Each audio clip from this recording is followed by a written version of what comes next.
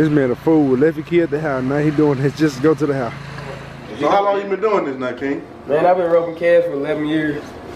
Just, you know, when I was 6, I moved from Atlanta, Georgia down here to Terry, Mississippi, and just been roping them ever since. The way I got into it, my dad was getting my sister to learn how to run barrels. So we went to the barrel racing lessons. And we went down there and I seen the instructor's son, he calf roped too. So, you know, I told my dad I wanted to rope. He didn't really think I was serious or whatever, so he took me down there and just showed it to me. We went from there and I really got serious. It was a little boy down there by the name of John Michael Lawson. He was trying to get ready for a roping called the Rising Stars, to be the youngest man that ever roped tie a calf down. And all you had to do was catch the calf, tie down, and rope to win the saddle. But the roping was coming up in 4 months. So I told my dad I wanted to try that or whatever, but probably wouldn't happen, you know. That's what my dad thinking, but I really thought I could do it. So we went out there and got the roping. My dad bought me a horse. Wasn't no good. We got talked into him. It was just an old dink. But we got that horse and I got the roping. And Todd got to show me how to rope. Me and all my cousins out there roping. So, you know, we all got out there and went to roping. My sisters was roping. Everyone was roping. But they wasn't really serious about it. They was just out there just because they wanted to be doing something because I was doing it. So they ended up all quitting. I've been roping about 3 months now, we say. And got on the horse, I went to catching them in the practice pen. I remember I used to come home and tell my granddaddy, I caught 3 today, I caught 4 today. I was real proud to tell my granddaddy that I was catching calves or whatever. So eventually that old roping come up. I asked my dad, could we go to it? He said, sure. So we went out there, that roping was in, I think, Ada, Oklahoma. Sure enough, I won the roping. Won the saddle my first year of rodeo. See, man, roping, it's fun. I love it, but it's a struggle to it. You know, it's hard work. You got to put in the work. A lot of time. All the other kids when I was small, they probably be out playing basketball at the park. I had to come home and put some practice in at the practice pen. Had to work out. I love it, man, but you gotta be dedicated because it's a lot of hot hours put into it, man. And really what pushed me to rope was my dad. Like, first I started off, I was great. I loved it. But once I got good at it, then my dad had to step in and just keep me going and keep me motivated. I thank him right now today because if it wasn't for him, I wouldn't be here at all.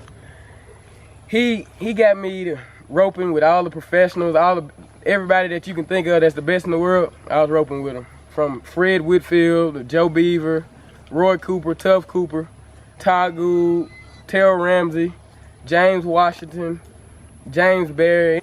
Yeah, and I'd like to thank the Solomons out there down at the Solomon Ranch. Corey Solomon, Lawrence Solomon, Kojak Solomon, Jordan Howard, Richard Newton. I'd like to give them a thanks. They really helped me roping. They really helped me out a lot. And the Brunsons, they're a big part of my roping too. I mean, Weston Bard and Mr. Berry, they used to help me out a lot. They really took me to another level. And, like, the pen was wet, we go over there and rope with them. There's some good people right down the road, Terry, Mississippi. We got to say we ran on the digit, we ran on the money, we ran on the digit, we ran on that money, we ran on the digit, we ran on the money. We ran on the digit, we ran on some money, we ran on the digit, we ran on some money, we ran on some digit, we ran on some money.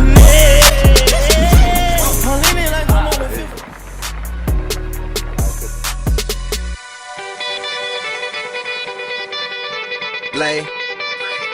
Sir. Yeah. Yeah. Kane is in the building. Yeah. Just about my whole rodeo life, I didn't have to do no driving. I used to get back there in the back seat and just go to sleep. No matter where we were going. We could be going to Oklahoma. I'd sleep from when we pull out the driveway until we make it up. The concept that if you want it, you gotta go get it. Some of y'all got this concept of what you want to accomplish. You know, some of y'all are motivated by broke. I'm broke, I'm stuck, I'm fucked up, I can't do nothing. Some of y'all are motivated by just wanting to accomplish the things that you want to accomplish. Other folks are motivated by materialistic things. Gotta go get it. And what does that mean?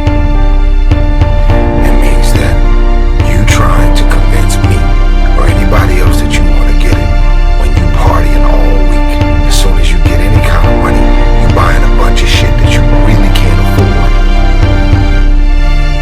It's time to stay focused. It's time to decide, fuck clubs, fuck partying, fuck trying to fit in and socialize, rub elbows with everybody so people can stop calling you weird.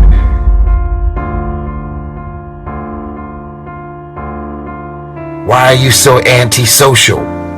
Because I'm trying to get it. Why are you staying on the basketball court so much? Because I'm trying to get it. Why are you out there practicing in the hot sun when ain't nobody else out there? Because I'm trying to get it. These clubs, these parties, all this shit ain't going nowhere. The more weird you are is a reflection of how committed you are to focusing on your shit, molding and shaping and developing your ideas and your craft so that when it's time for you to make your rounds, you gon' fly.